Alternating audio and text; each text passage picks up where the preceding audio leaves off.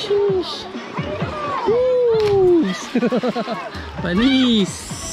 Barangay Sablang, General Nakar, Quezon Province. Yan yung lugar na pupuntahan natin sa araw na to.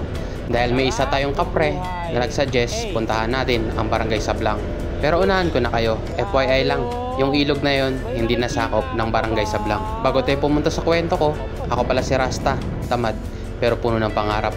Pangarap ko pala maikot ang Pilipinas gamit ang motor. Pero sa araw na to, dito muna tayo sa malapit. Pupunta tayo ng Barangay Sablang, General Nakar. Dito pala tayo dadaan sa lugar na hindi nakakasawa, ang Infanta Marilaki Highway.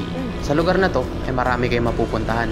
Meron ditong campsite, kainan, falls, ilog, at iba pa. Hindi nakakasawa ang lugar na to dahil marami itong magandang tanawin, malamig na klima, at mapayapang daan. Yan ang makikita nyo at mararanasan nyo pag pumunta kayo dito sa bayan ng Infanta, Quezon. Pasado alas 7 na ng umaga nang dumating ako sa bayan ng Infanta. Bago kayo makarating sa pinaka-proper ng Infanta, makikita nyo yung karatula na nakaturo kung saan papunta ang General Nakar. Pagdating nyo sa malaking tulay na to, sa may arko ng General Nakar, may haharang sa inyo mga gwapong empleyado ng munisipyo. Kasi kailangan nyo magbayad ng environmental fee na 40 pesos per head. Sasamahan pala kayo ni Kuya papuntang City Hall.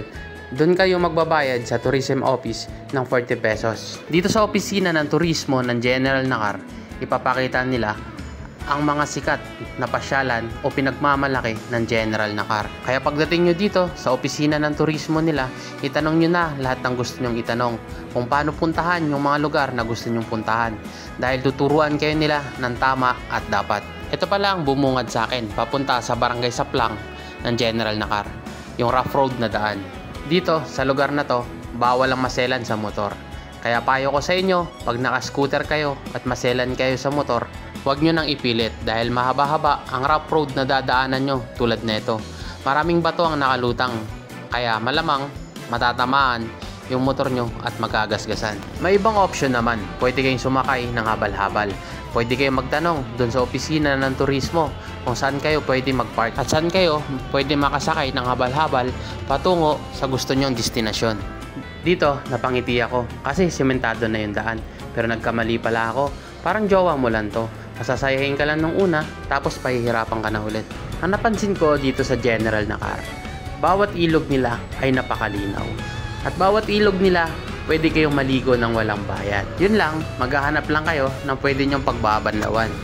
Pero kung hindi naman kayo maselan, palag-palag na kahit walang banlaw pa uwi, pwede na kayo dito sa ilog ng General Nakar. Ang kagandahan lang dito sa General Nakar ay hindi pa gaanong dinadayo ng mga turista.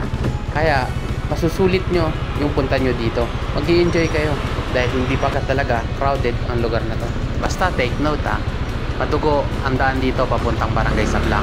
Pag hindi kayo sanay sa rough road, mahihirapan kayo.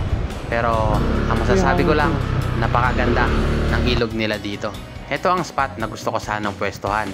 Ang problema lang, walang tao. Kaya di natin alam kung saan tayo magpapaalam. Dahil ang spot na to, dulo to ng ilog. Tapos ang ganda ng view dito sa tabing dagat.